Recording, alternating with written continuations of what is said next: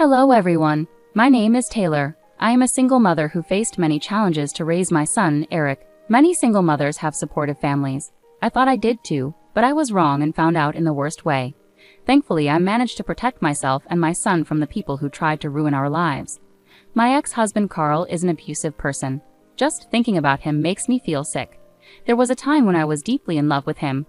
But things got bad after we got married. Carl was a wonderful boyfriend, but as a husband, he was a nightmare. He was controlling and gradually became abusive. I stayed in the marriage for over 8 years because he manipulated me and trapped me with a baby. I believed my son deserved a father, so I didn't leave. However, things got much worse when Eric was 5.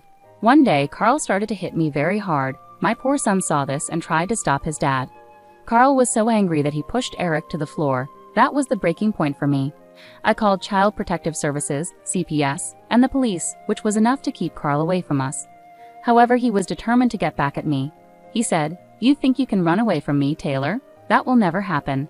Sooner or later, I will have you and my son back in my house. You just wait and see. We are getting a divorce, Carl. There is no way I will allow you near me or my son again.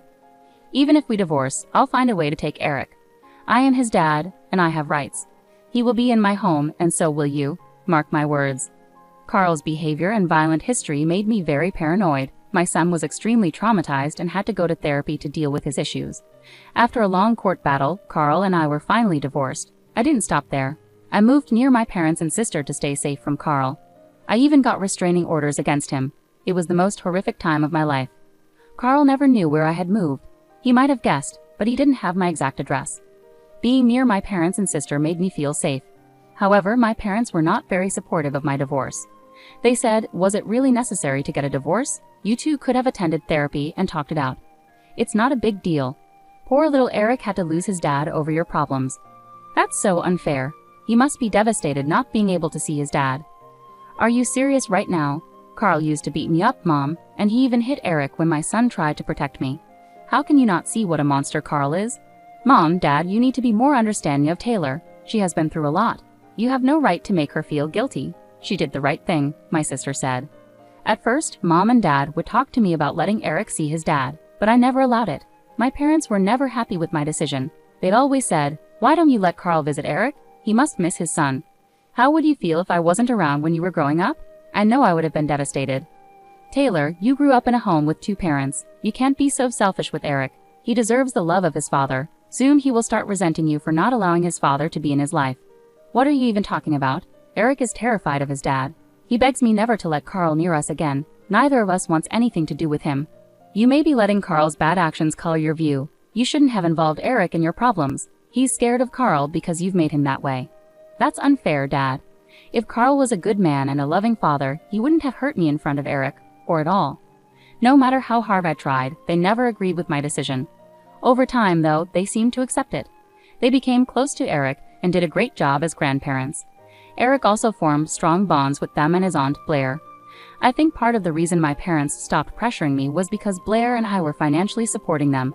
Dad doesn't have a good job and Mom doesn't work, so we sent them monthly allowances. Money might have been why they eventually stopped bringing up the matter. Eric and I were doing well in our new home. He started school locally, and I had a good job in an office.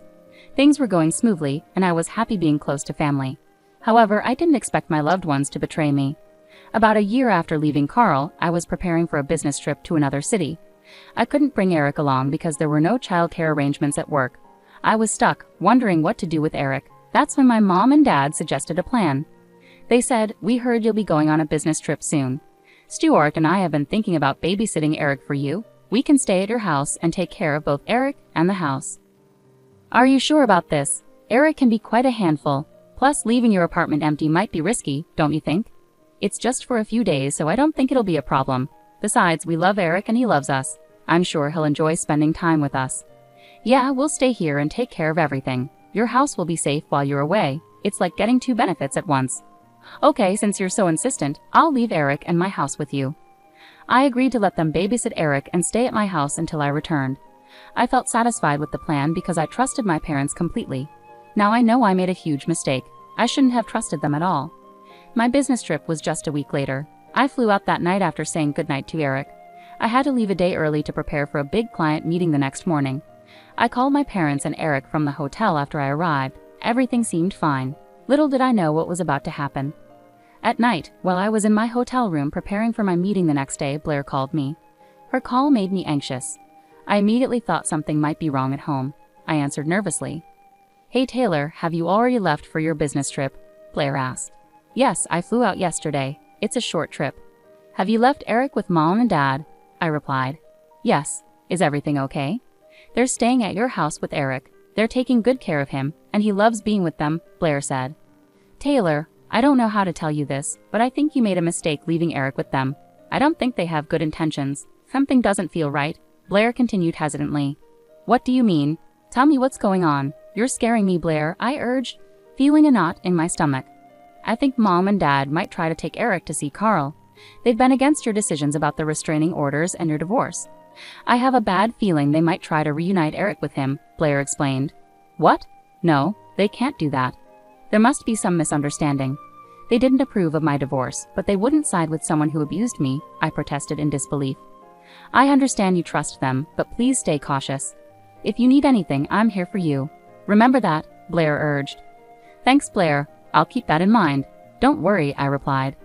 Blair's words lingered in my mind, unsettling me deeply. I couldn't shake off the unease, so I decided to call my parents and check in with them. I said, "Hey, Mom, can you pass the phone to Eric? I miss him a lot and want to talk." "Sure, Taylor. Just a moment," Mom replied. "Mom, are you there?" "Hi, Eric. I just wanted to check in. Is everything okay? Are you having fun?" I asked. "Mom, I need to tell you something. Grandma and Grandpa have called the dad." "Oh no, my phone's about to die. I'm so sorry, Taylor. I have to charge it now. Why don't you call back later? Eric's fine and playing with us. Don't worry about a thing. Take care. Bye." Something about Eric's attempt to speak and how Mom quickly ended the call made me suspicious. My mind raced, so I decided to review the security camera footage. I didn't have cameras inside, but I did outside. To my shock, there was my ex-husband's car in the driveway. I watched the footage and saw my mom opening the door for him. After watching the footage, I was furious and scared for Eric's safety and my own. Carl wasn't supposed to know where we lived. I had a restraining order against him. He should never have been near my son. I immediately called my parents in anger, recording the call. "Mom, why is Carl at my house? What's going on? Who gave you permission to let him in?" "Taylor, you need to calm down. Carl isn't here." "Why would you think that?" My mom replied defensively. "Mom, I can see his car parked in my driveway. Did you forget I have security cameras outside?" "I saw you open the door for him," I insisted. There was a long silence on their end. Neither of them said a word. I could sense I had caught them off guard, but what happened next shocked me even more. "Look, I understand you're upset with Carl and us, but you're being unreasonable. You need to give us some understanding. I'm very disappointed in you, Taylor. You can't keep a son away from his father. Eric needs Carl in his life. You're not being a good mother. Please tell me you're joking. Carl physically abused me. He even hurt Eric when he tried to protect me. How can you allow Carl back into his life? I have a restraining order against him, for God's sake." "That was in the past, Taylor. People can change. Your restraining order was causing issues. So yes, your mom and I decided to step in. We gave Carl your address since you wouldn't. We've reunited father and son. They're happy together.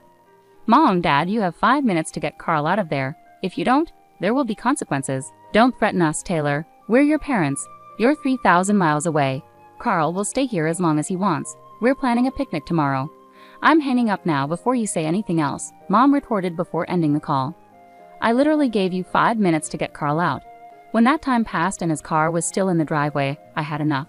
I felt scared and betrayed. I knew I had to act fast, so I called law enforcement. I explained everything and told them to arrest Carl. I also instructed them to take Eric from my parents and give him to Blair. The police arrived quickly, thanks to living near a station. I watched through CCTV as they confronted my parents and Carl. Mom and Dad looked panicked as the police moved in to arrest Carl. Mom called me, furious. "Taylor, what's wrong with you? Did you call the cops on us? How could you do this? Carl could go to jail." "He will go to jail, Mom, and so will you if you don't leave my house right now.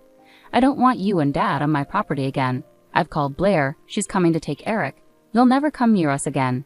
"How dare you, Taylor? You're a horrible woman. I wish you were never born. You can't kick us out and take our grandchild from us. We won't let that happen."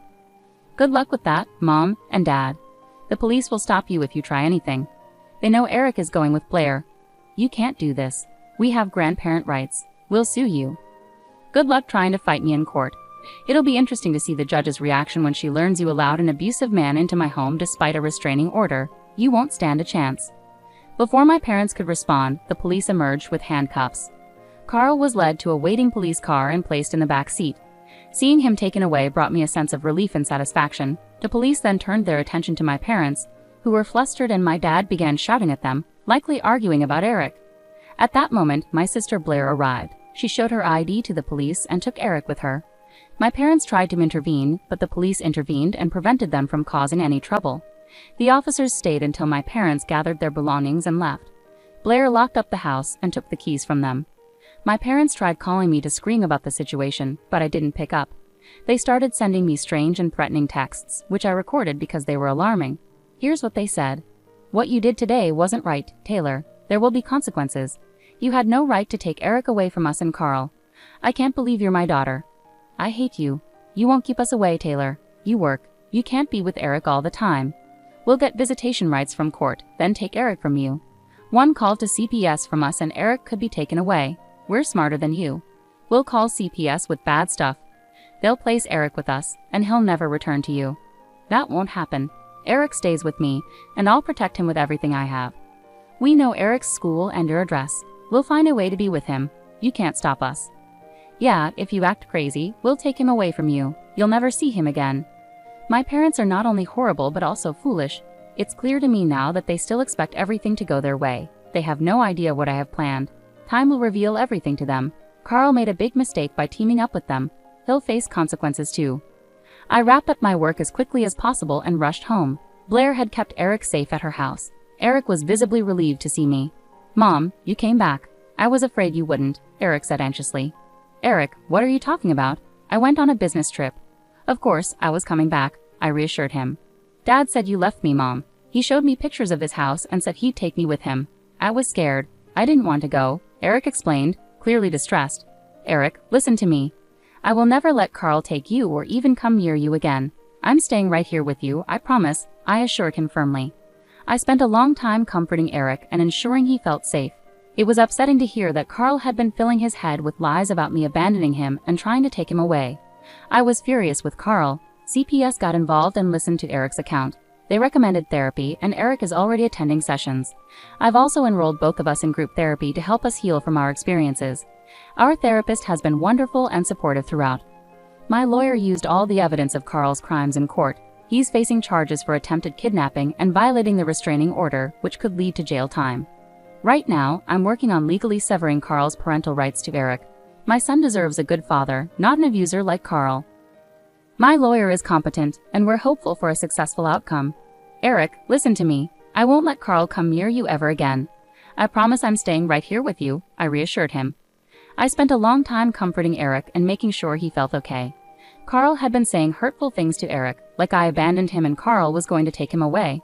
I was really angry at Carl for spreading lies. Child Protective Services, CPS, got involved and listened to Eric's side of the story. They suggested therapy for him, and he's already attending sessions. I've also joined group therapy with Eric to help us both heal from what happened. Our therapist is really supportive and helps us work through our feelings.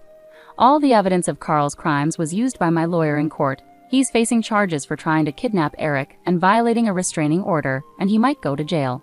Right now, I'm working on making sure Carl loses his rights to be Eric's father. My son deserves a good dad, not someone who hurts him like Carl. My lawyer is very good, and we're hoping the legal process goes smoothly. My parents tried to sue me for grandparent rights, but the judge quickly dismissed their case when they saw my evidence and the texts my parents sent. I took further steps and got restraining orders against them, which the judge approved right away. I've moved with Eric to a different state because I got promoted at work to a higher position in a new city. It helped me get away from my parents. Blair visits us sometimes, and she's also cut off contact with our parents and might move closer to me soon. My parents are struggling financially now that Blair and I have stopped helping them out. They had to find extra jobs, and lawyer fees drained their savings, making them unstable. Meanwhile, Eric and I are doing really well in our new environment. I have no plans to reconnect with